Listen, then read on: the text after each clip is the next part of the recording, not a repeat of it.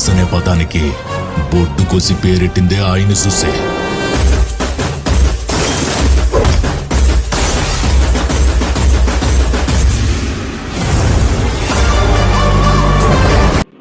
music